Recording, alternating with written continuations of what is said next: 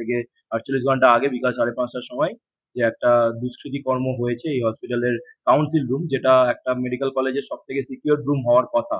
সেখানে সেই কাউন্সিল রুমে যখন আমরা মিটিং করছিলাম, আমরা মিটিং করছিলাম কার সাথে? কলেজ কাউন্সিলের সাথে। সেই কলেজ কাউন্সিল যেখানে প্রিন্সিপাল উপস্থিত ছিলেন, তার উপস্থিতিতে আমাদের আমাদের junior doctor PGT SR house স্টাফরা যখন মিটিং করছিলাম, সেই শান্তিপূর্ণ মিটিং এ বিকাল ৫:৩০ টার সময় যে আক্রমণ হয় এবং সেই আক্রমণে আমাদেরই একজন আ পিজিটি ডক্টর মনোজিৎ মুখার্জি যেভাবে আক্রান্ত হন, সেই ঘটনার পরিপ্রেক্ষিতে কলেজ অথরিটির তরফ থেকে এখনো অব্দি কোনো এফআইআর ফাইল করা হয়নি, যেটা কলেজ অথরিটির ন্যূনতম কর্তব্য এবং প্রাথমিক কর্তব্য, সেটা পালন করা হয়নি। এবং সে পালন করার কাজটা যখন আমরা আমাদের তরফ থেকে দেখতে চাই, ঠিক করেছি যে এইভাবে যতক্ষণ না আমাদের এফআইআর পাচ্ছি, ততক্ষণ অব্দি আমরা আমাদের অবস্থান চালিয়ে যাবো এবং আমাদের ভবিষ্যতে আরো বড় আন্দোলনের দিকে যদি যেতে হয় সেটা আমরা যাবো এবং ততক্ষণ না আমাদের এই যেটা আমাদের ন্যূনতম অধিকার, সেই এফআইআর একটা এত বড় পাশবিক ঘটনাই বলতে পারি আমরা এই জিনিসটাকে।